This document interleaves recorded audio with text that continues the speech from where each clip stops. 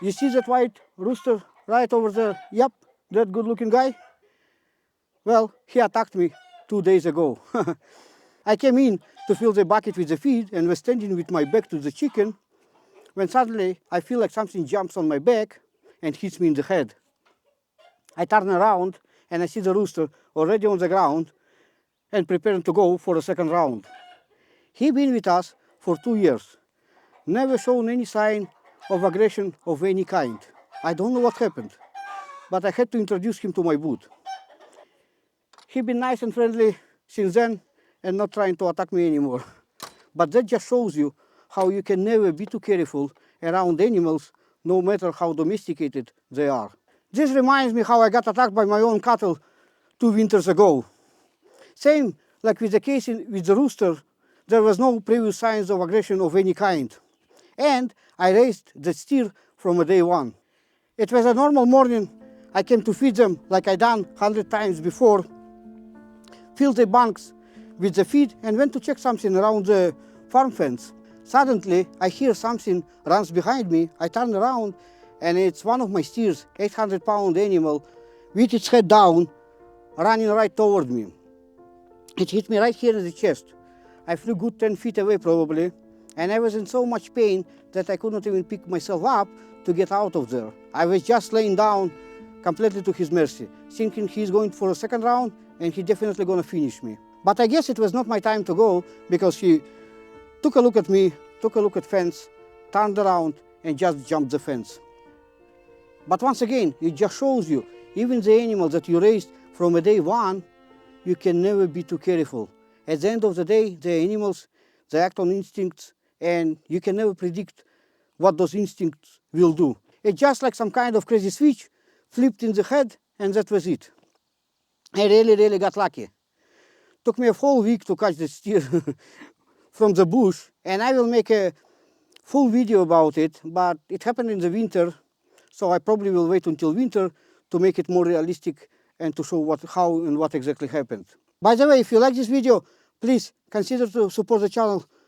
Click like, subscribe, and leave me a comment, especially if something similar to what I just told you about the steer or rooster happened to you.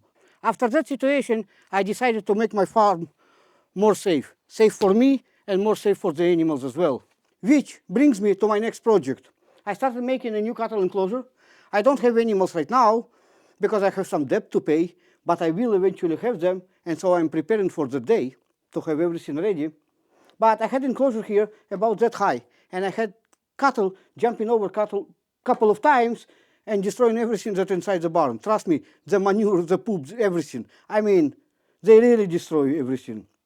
So I started making something stronger and something higher, which is good and bad, because good means they cannot jump it over anymore, but the bad means if I am here inside, I will have a harder time to get out. So I will need to think about a couple escape routes just in case if I need to use something like that.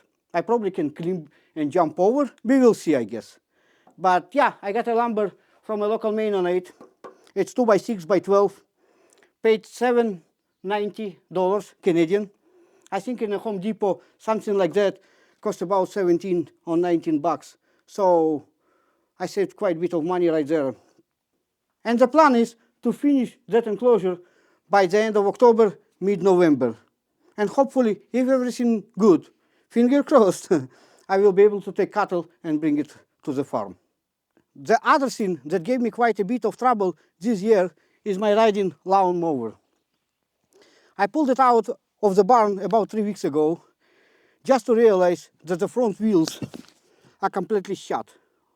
You can see all the big cracks here, so it can't hold the air anymore. And it happened to both of them. So I had to order them, wait for them to come. Then we had a full week of rain. Had to wait until rain stops. And then, of course, replace the front wheel. If you see them, they're actually yellow, like for John Deere. I was thinking to repaint them, but then I was like, you know what? Nobody beside me sees them, and I personally don't care and don't have the time to do it. So I just left them like that. Especially considering next year I will have to replace the back ones too. They are also slowly going out. So I replaced the wheels, Started the lawnmower, drove probably 100 feet, and the deck belt snapped on me, like completely got ripped off. So once again, I go to Amazon and I order it, and I have to wait. Eventually it came, I replaced it, everything was good, and I was able to do my front yard. But by this time, the grass was probably knee high. So I had a lot of problem cutting it, and the front yard still looks horrible, but at least it has no more high grass. That's how it looks like now. And let me turn the camera and show you how it looked before. You see that high grass right there?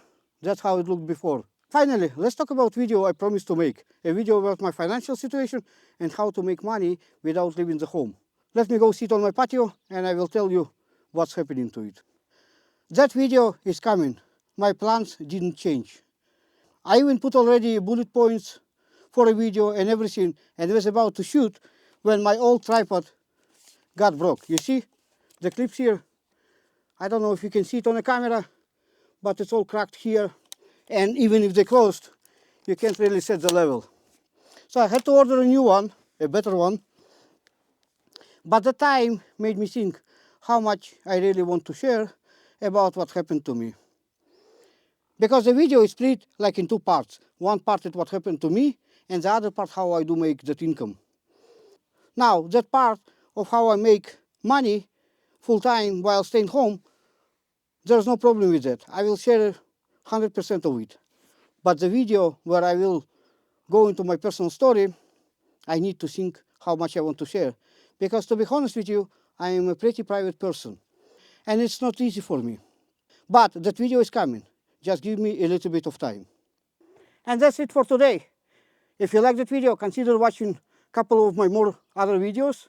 And click like, subscribe, and I will talk to you very, very soon.